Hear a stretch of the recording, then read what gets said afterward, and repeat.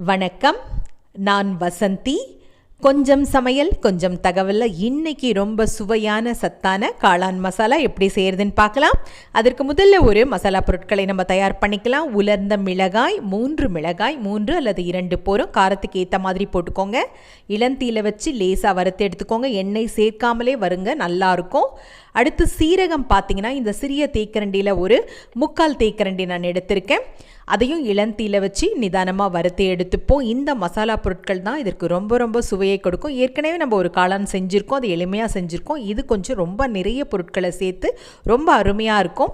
மிளகு ஒரே ஒரு தேக்கரண்டி சேர்த்துக்கோங்க, இல்லை அரை தேக்கரண்டி கூட போரும். காரத்துக்கு ஏற்ற மாதிரி சேர்த்துக்கோங்க. காரம் அதிகமாச்சுன்னா சாப்பிட முடியாது, பார்த்து சேர்த்துக்கோங்க. ஒரு தேக்கரண்டி தான் நான் போட்டிருக்கேன், அதையும் வறுத்து எடுத்துக்கிட்டோம். தனியா முழு தனியா 2 தேக்கரண்டி, அதையும் நல்லா இளந்தீயில் வச்சு வறுத்து எடுத்துப்போம். காளானை நம்ம எத்தனையோ விதமாக செய்யலாம், நிறைய விதங்கள் இருக்குது. நான் ஒவ்வொன்றா செஞ்சு காமிக்கிறேன். இது 2வது வகை. இதற்கப்புறம் பார்த்தீங்கன்னா கசகசா பார்த்தீங்கன்னா அவ்வளோ உடம்புக்கு நல்லது. நல்லா 2 தேக்கரண்டி சேர்த்துக்கோங்க. ரொம்ப இதுக்கு ஒரு மணத்தையும் சுவையையும் கொடுக்கும். வயிற்றிலெல்லாம் புண்ணில்லாமல் நமக்கு பார்த்துக்கும். அவ்வளோ சிறந்த ஒரு மூலிகை மருந்துனே சொல்லலாம் நம்ம கசகசாவை. அவ்வளோ சிறப்பானது. அதையும் நம்ம வறுத்து எடுத்துக்கிட்டோம். இதையெல்லாம் நம்ம தூளாக்கிக்கலாம். நல்லா மின்னமை குடுவையில் போட்டு நல்லா தூளாக்கி எடுத்துக்கலாம். இதுக்கப்புறமா இன்னொரு மசாலா தூளும் நமக்கு தேவை, அதுவும் நம்ம தயார் பண்ணிக்கலாம். அதை இறக்கும் பொழுது நம்ம காளான் முடிஞ்சு நம்ம கடைசியில் அதை சேர்த்துக்கணும். இதை தனியாக எடுத்து வச்சுப்போம். பட்டை ஒரு சிறிய துண்டங்கள், அதாவது நம்ம விரலில் ஒரு பாதி விரல் அளவு பட்டை போட்டுக்கோங்க. சோம்பு நல்லா ஒரு அரை தேக்கரண்டி போட்டுக்கோங்க, அதனுடைய மனம் இதுக்கு ரொம்ப. இஞ்சி துண்டங்கள் நல்லா ஒரு 6 சிறிய துண்டங்கள், அதாவது நம்ம விரலில் ஒரு 3/4 அளவுன்னு வச்சுக்கோங்க. அதை முதல்ல ஒரு திருப்பி பொடிச்சிக்கிட்டு அதுக்கப்புறம் உடைச்ச கடலை, வறுக்கடலை ஒரு கையளவு போட்டுக்கோங்க, ரொம்ப போடாதீங்க, ஒரு கையளவு போட்டுக்கோங்க. பட்டை, சோம்பு, இஞ்சியை பொடித்த பிறகு இஞ்சியும் நல்லா பொடியாகும். அப்புறமா இந்த வறுகடலை போட்டு பொடிச்சு எடுத்துப்போம். இந்த குழிக்கரண்டியில், அதாவது 100 மில்லி எண்ணெய் நான் இதில் சேர்க்குறேன். உங்களுக்கு என்ன எண்ணெயோ அதை சேர்த்துக்கோங்க. எண்ணெய் நிறைய இருந்தால் ரொம்ப நல்லாயிருக்கும் காளானுக்கு. நான் கொஞ்சம் அளவாக தான் சேர்த்துருக்கேன்.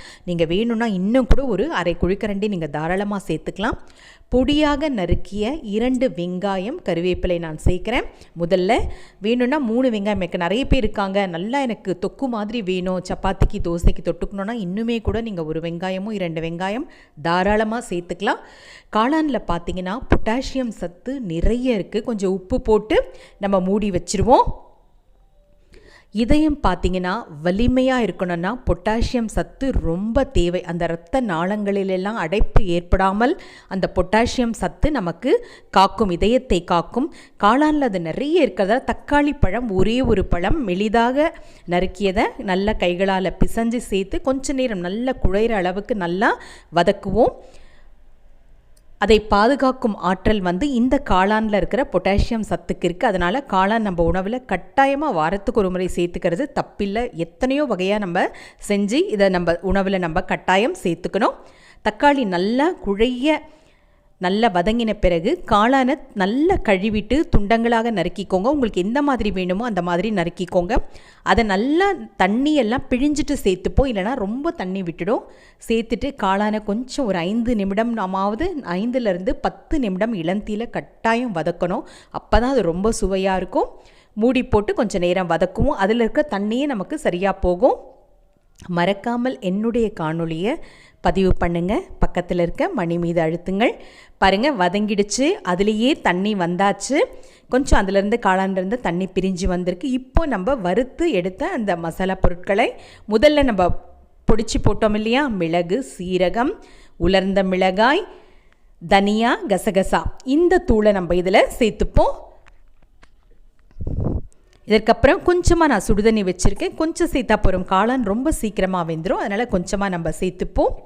இதில் அந்த கசகசா, உடைச்ச கடலை, இஞ்சி, சோம்பு, அதனுடைய மனம் செய்யும் பொழுதே நமக்கு சாப்பிடணும் போல இருக்கும். இது சப்பாத்தி, தோசை, இட்லி, சோறு எல்லாத்துக்குமே ரொம்ப ரொம்ப அருமையாக இருக்கும். உங்களுக்கு தொக்கு மாதிரி வேணும்னா இன்னுமே கொஞ்சம் தண்ணி சேர்த்துக்கலாம். இப்போ நம்ம பட்டை, சோம்பு, இஞ்சி, வறுக்கடலை பொடி கடைசியில் சேர்த்துக்கோங்க. அப்படி இருக்கும் இதோட மனம். சேர்த்த பிறகு நீங்கள் நல்லா கலந்து எடுத்துக்கோங்க. நல்லா கலந்து விட்டுக்கோங்க. காரம் உங்களுக்கு ஏற்ற அளவுக்கு பார்த்து சேர்த்துக்கோங்க. உப்பு போரலைன்னா இன்னுமே சேர்த்துக்கலாம். நல்லா அழகாக சேர்ந்து வந்துடுச்சு.